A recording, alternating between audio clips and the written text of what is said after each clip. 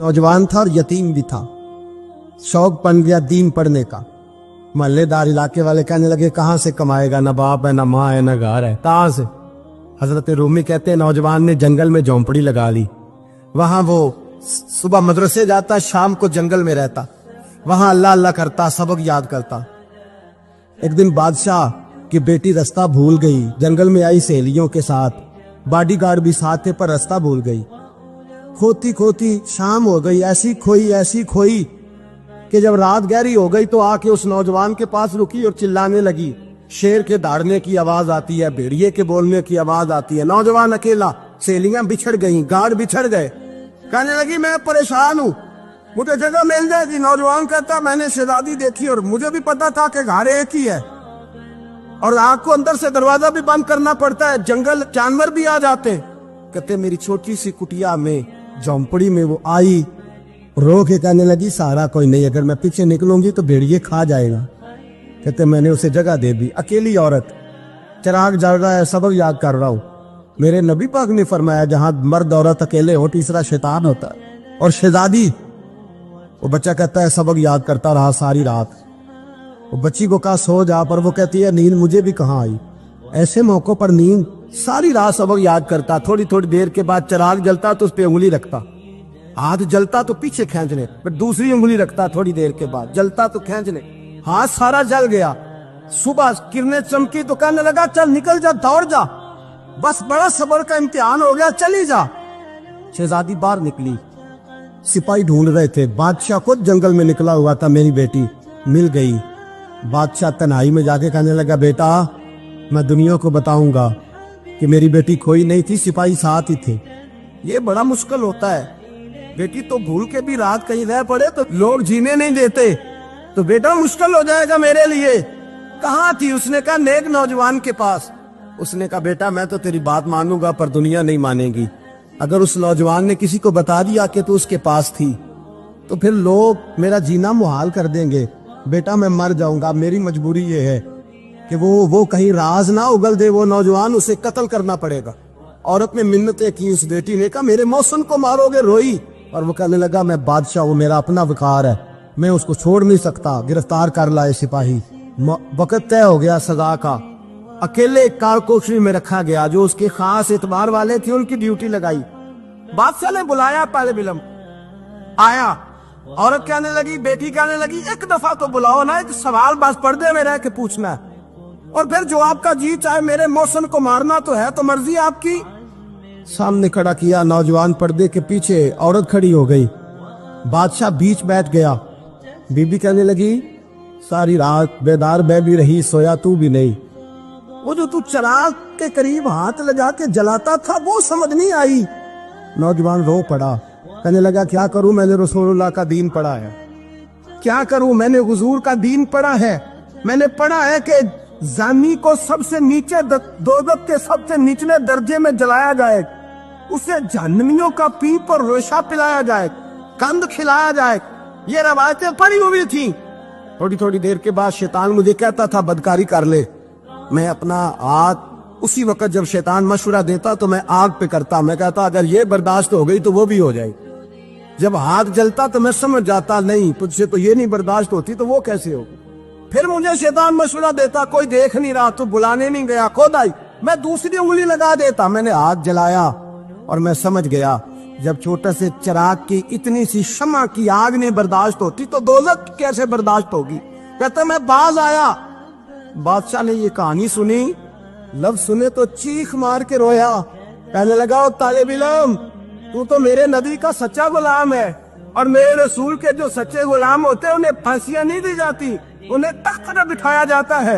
अब तुझे सजा नहीं होगी बल्कि मैं अपनी बेटी का निकाह तेरे साथ करूंगा और मेरे बाद इस सल्तनत का बादशाह भी तू ही बनेगा। अब वो नौजवान वहां नारे लगा रहा है, कहता लोगों तुम मुझे कहते थे दीन से क्या मिलता है, दीन से तो अल्लाह तख्त ताज भी अता फरमा देता है। अगर नौजवान शर्मो हया वाले बन के रहे अल्लाह सारी इज्जतें दे देगा। देखे ना अल्लाह के फजल से इज्जत मिलती है और जब कोई इज्जतदारों जैसा काम ही ना करे। एक बात और अर्ज करनी है पर वक्त थोड़ा रह गया। जवानों मैं ना जब कभी परेशान होता हूँ ना तो मैं ये वाली बात खोल के पढ़ता हूँ वाला, ये बात ढारस बनाती है। ढारस توانائی دیتی ہے, پورا مضمون باندھا ہے. اعلیٰ حضرت کہتے ہیں بہروپیہ تھا, مداری, روپ بدل بدل کے دکھایا کرتا تھا, بادشاہوں سے انعام لیتا تھا. ایک دن اورنگزیب عالمگیر کے پاس آ گیا, کہنے لگا میں روپ بدلوں گا, اگر آپ پہچان نہ سکے تو میں انعام لوں گا. آپ نے فرمایا میں کوئی ایسے ویسا بادشاہ نہیں, کہا مجھے دھوکہ دینا مشکل ہے. کہا نہیں, میں روپ بدلوں گا. حضرت اورنگزیب عالمگیر بڑے نیک بادشاہ گزرے, بڑے پرہیزگار. وہ بے روپیہ کہنے لگا میں روپ بدلوں گا, آپ نہیں پہچان سکیں گے. فرمایا چل جتنا تیرے اندر زور ہے لگا لے. حضرت نے اعلان کیا کہ میں نے فوجی بھرتی کر دے, 2 ماہ کے بعد ٹیسٹ ہوگا. وہ 2 مہینے دوڑتا رہا, رنگ روپ بناتا رہا, آیا ٹیسٹ دینے, 2-3 سپاہیوں کا امتحان لیا. اس کی باری آئی تو 10 روپے دیے, کہنے لگے تیرے آنے جانے کا کرایہ میں نے تجھے پہچان لیا ہے. کچھ دنوں کے بعد جانے لگے سفر پر, تو بھکاری آ گئے خیرات مانگنے. اس نے بھی سارے منہ پر سیاہی مال لی, کپڑے پھاڑ لیے, سر کے بال مڈا لیے, پگے تک کٹا لی, بدرنگ ہو کے آیا. کاسا آگے کیا تو حضرت نے 10 روپے ڈالے, کہنے لگے تیرے آنے جانے کا کرایہ میں نے پہچان لیا ہے. کچھ دن گزرے تو ٹیچر کی ضرورت تھی, اس نے منہ سے بڑی کر لی, داڑھی نکلی لگا لی, سر پہ جنا کیپ پہن لی, ایک شیروانی لے لی اور ہاتھ میں چھڑی پکڑ کے آیا. کہنے لگا میں استاد ہوں, 2-4 بندوں کا امتحان لیا, اس کی باری آئی تو 5 روپے دیے, 10 روپے دیے, کہا تیرا کرایہ میں نے پہچان لیا. 2 سال گزر گئے. وہ جب بھی آتا حضرت پہچان لیتے. ایک دن سفر پہ جا رہے تھے, بہت بڑا لشکر تھا, جہاد کرنے جا رہے تھے اورنگزیب عالمگیر. تو دیکھا ایک پہاڑی ہے, پہاڑی پہ لوگ جا بھی رہے ہیں آ بھی رہے. اورنگزیب عالمگیر پوچھنے لگے یہاں کیا ہے؟ کہنے لگے بابا جی بیٹھے ہیں دعا کرتے ہیں, اللہ کے نیک بندے ہیں. اورنگزیب کہنے لگے یار پرانے لوگ سارے ہی اللہ والوں کو مانتے, یہ بھی مصیبت آئی ہے جتنی نہیں آئی ہے, سارے لوگ ہی مانتے. کہنے لگے ذرا میں دعا نہ کرا لوں, بچے کام جا رہا ہوں. اورنگزیب بادشاہ تھے, بادشاہ لوگ نازک مزاج ہوتے ہیں. گھوڑے سے اترے, بڑی مشکل سے پہاڑی پہ چڑھے, اوپر گئے تو لائن لگی ہے, بابا جی غار میں بیٹھے. کہنے لگے میں نے ملنا, میں اورنگزیب ہوں. انہوں نے کہا ہمارا بابا اس طرح کا پیر نہیں کہ امیر آئے تو رنگ اور ہو, غریب آئے تو اور ہو, یہاں اگر ملنا ہے تو لائن میں لگ جاؤ, سب ایک جیسے. اب لائن میں کھڑے ہو گئے, 50 آدمی آگے تھے, کہتے 51واں نمبر تھا. تھک گیا دھوپ میں کھڑا کھڑا.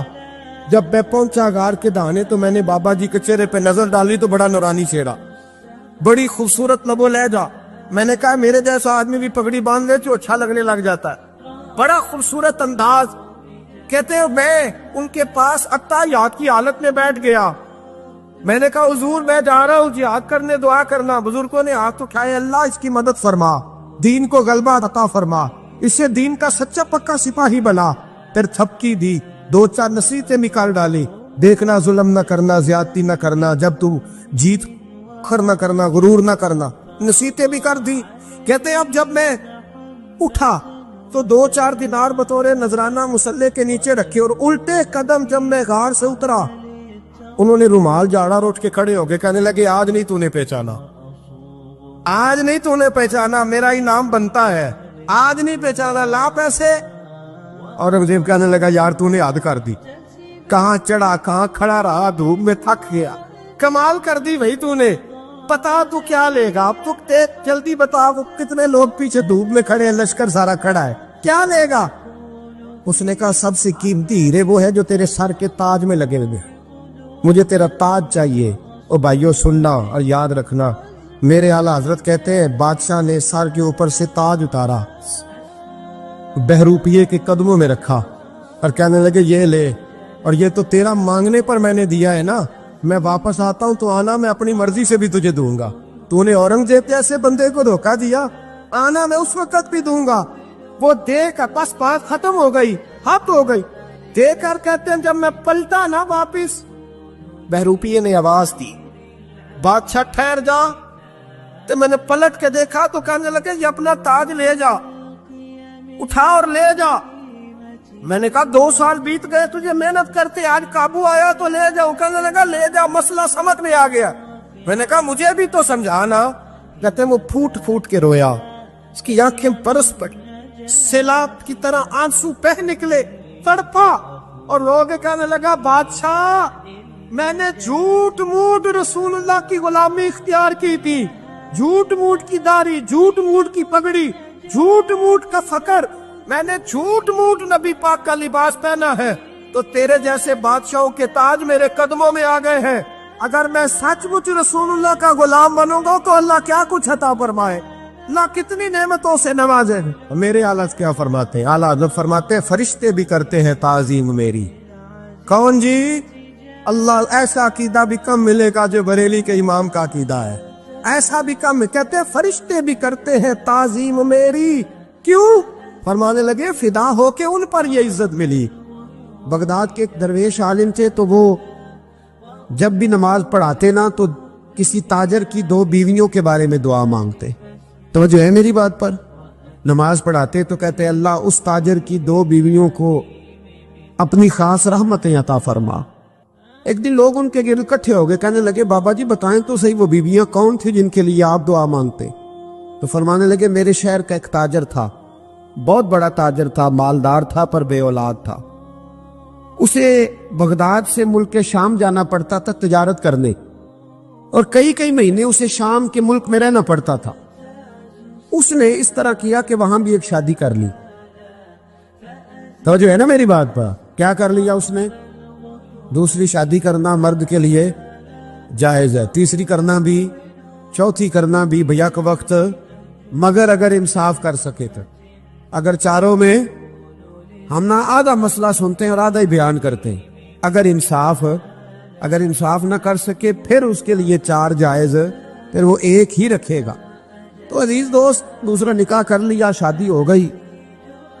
अब वो वहां कुछ ज्यादा वक्त गुजारने लगा, मालदार आदमी था, बीवी को मकान भी लेके दे दिया। अब वो देर से आता वापिस, और जब आता भी तो उसके वो वाले अंदाज ना होते जो पहले हुआ करते थे। अब बीवी से बड़ा जासूस भी कोई नहीं होता, उसको तो पहले पता चल जाता है कि माजरा क्या है, उसे बड़ी खबर होती है। तो उसने महसूस कर लिया कि बदले बदले से मेरी सरकार नजर आते। वो कहने लगी अब के जब आता जाता है तो इसके हालात कुछ बदले बदले से हैं, माहौल कुछ और है। उसने एक बूढ़ा आदमी जो उसका अजीज भी था और समझदार भी था, उसको तैयार किया। कहने लगी अब के जब मुल्क के शाम जाए ना तो इसका पीछा करना और खबर करना कि कहाँ रहता है, कहाँ जाता है, क्या करता है। वो बूढ़े बुजुर्ग जो थे वो खातून के कहने पर कुछ उसने किराया भी दिया। वो उस ताजर के पीछे गए और वापस आके खबर दी। कहने लगे कि ये तो 2-3 साल बीत गए, इसने वहां भी शादी की हुई है, तुझे बताया ही नहीं। बीवी बड़ी समझदार थी, हौसला मंद, जीरक, उसने शोर नहीं मचाया। उसने कहा कि मैं ना अब जब आएगा ना तो तरीके से बात करूंगी और पूछूंगी कि ऐसा क्यों किया। और ये भी उसने आके बताया कि अगर तेरे साथ निकाह के बाद उसे औलाद नहीं मिली तो औलाद वहां भी कोई नहीं, कि मुकम्मल तफसीलात। अब जब इस दफा खामंद आया तो आते ही वो बीमार हो गया, कमजोर होने लगा। अब खातून ने मुनासिब नहीं समझा कि आते ही धड़ाम से मैं उसके सर पर ये ठोड़ दूं कि तूने निकाह किया हुआ है और मुझे बताया नहीं। वो जरा तसल्ली में रही, कुछ वो बीमार था, हौसला रखा, खिदमत करती रही। कुछ दिन गुजरे तो वो ताजर इंतकाल कर गया, फौत हो गया। अब राज खुल न सका, इद्दत गुजारी, और जब सारा माल जमा किया ना तो अशरफियों की बोरियां भर गई। सारा माल उस बीबी का, 4 बोरियों में अशरफियां, 4। यहां तो पेट का दोज़ख है, माज़ अल्लाह भरता ही नहीं। हल मिन मजीद, हल मिन मजीद। वो जो कहते थे ना कि बस बाहर चला जाऊं और बाहर मैं कुछ थोड़े से पैसे कमा के 2-3 साल में लौट आऊंगा, फिर यहाँ आके कोई कारोबार करूंगा, वो गए हैं तो वापिस नहीं आए। वो जो कहते थे ना बस मैंने इतना सा कारोबार करना है कि मकान बन जाए, उन्होंने 4 मकान भी बना लिए हैं, लेकिन बरेक हल में मजीद की दौड़ है। अब 4 बोरियां उस औरत ने छुपाए रखी। कोई बंदा नहीं जानता बगदाद में कि मुल्क के शाम में ताजर की दूसरी बीवी भी है। जब वो फारिग हुई तो उसने उस बूढ़े जासूस को फिर बुलाया और 2 बोरियां ऊंट पे रखी, खुद भी साथ बैठी और मुल्क के शाम गई। अल्लाह अकबर। वो बुजुर्ग कहते हैं मैं ऐसे नहीं दुआ करता। उसको जाके कहने लगी मैं अकेली वारिस नहीं हूं, आधे की वारिस तू भी है। मैं अकेली वारिस नहीं, ये तक़सीम विरासत है, आधी की वारिस तू भी है। तो रख अपने पैसे, मुझे पता है उसने निकाह किया था पर मुझे बताया नहीं था, तो रख अपने पैसे, मैं तुझे दे रही हूं, आधे तेरे हैं आधे मेरे हैं। उसने नजर उठाई तो रो पड़ी, कहने लगी नहीं अब ये सारे तेरे ही हैं। اگر تو اللہ سے ڈرتی ہے تو میں بھی رب سے ڈرتی ہوں، اگر تو مصطفیٰ کریم کا کلمہ پڑھتی ہے تو میں بھی اسی نبی کی ماننے والی ہوں۔ کہا بات کیا ہے، میرا کیوں ہے سارا؟ تو وہ خاتون کہنے لگی وہ 2 سال 3 سال سے میرے ساتھ نکاح تھا، اور اس نے بتایا تھا مجھے کہ میری بیوی بھی ہے، اور میں غریب تھی تو میرے والدین کو بھی بتایا تھا کہ میری دوسری شادی ہے۔ یہ مکان اس نے مجھے لے کے دیا تھا، میرے تمام اخراجات وہ پورے کرتا تھا، نان و نفقہ کا خیال رکھتا تھا، لیکن اب کہ جب وہ آیا تو وہ بیمار تھا۔ اس نے مجھے بتایا کہ مجھے طبیب نے بتایا ہے کہ میں شدید بیمار ہوں، شاید بچ نہ سکوں۔ تو کہنے لگی وہ مجھے کئی لاکھ روپے بھی دے گیا، اور جاتے دفعہ مجھے طلاق بھی دے گیا، فارغ کر گیا۔ کہنے لگا تو جہاں چاہے میرے بعد نکاح کر سکتی ہے، اور کہنے لگا میں چاہتا تھا پہلی بیوی کو بتا دوں، موقع نہیں بنا، اور اس کا دل نہ ٹوٹے، بتا نہیں پایا، لہذا وہ مجھے ڈھیر سارے پیسے دے چکا ہے، سارا میرا حصہ مجھے پہلے سے دے چکا ہے۔ میری بہن اب یہ 4 بوریوں میں سے 2 میری نہیں بلکہ 4 کی 4 ہی تیری ہے، تو ہی اس کی حقدار ہے۔ تو بزرگ کہتے ہیں مجھے بتاؤ جن کے اندر اس قسم کے تقوی کی جھلک ہو ان کے لیے ہر نماز کے بعد دعا مانگنی چاہیے کہ نہیں مانگنی چاہیے؟ حضرت عمر کے زمانے میں نا ایک نوجوان تھا، نیک تھا، مسجد جایا کرتا تھا رات کو۔ تو مسجد جا رہا تھا تو رستے میں ایک عورت نے دعوت گناہ دی، ابن عساکر نے اس کو لکھا ہے۔ تو نوجوان تھا، خواہشات تھی، کچھ طبیعت مائل ہو گئی، ابھی ادھر جا ہی رہا تھا کہ کسی نے آیت پڑھ دی والی من خاف مقام ربی جنتان، جو رب کے سامنے کھڑے ہونے سے ڈرے گا اللہ 2 جنتیں دے گا۔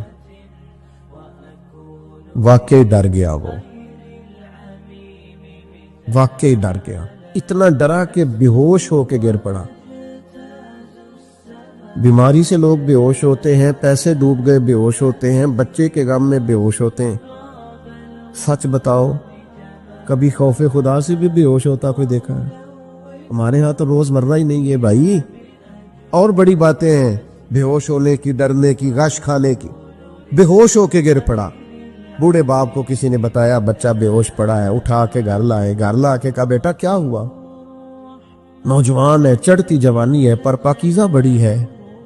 کہنے لگا ابا جی گناہ کی طرف چلا گیا تھا، پر میں نے آیت سن لی جو اللہ کے سامنے کھڑے ہونے سے ڈرے گا رب 2 جنتیں دے گا، میں ڈر گیا تھا، رب واقعی 2 جنتیں دے گا۔ باپ رو پڑے، ابا جی کی آنکھوں میں آنسو آئے، اور کہا پتر اللہ بڑا مہربان ہے، اس کے وعدے سچے ہیں، واقعی 2 جنتیں دے گا۔ اس نے پھر ایک چیخ ماری، اور اس طرح کی ماری کہ اس کی روح ہی پرواز کر گئی، روح پرواز کر۔ کشتگان خنجر تسلیم را، عشق کی خنجر سے قتل ہو گئے لوگ۔ صبح حضرت عمر کو پتا چلا کہ انہوں نے تو رات جنازہ بھی پڑھ دیا، تدفین بھی کر دی۔ جناب عمر فرمانے لگے اتنا نیک نوجوان خوف خدا سے دنیا سے چلا گیا، مجھے کیوں نہیں بلایا، میں جنازہ پڑھ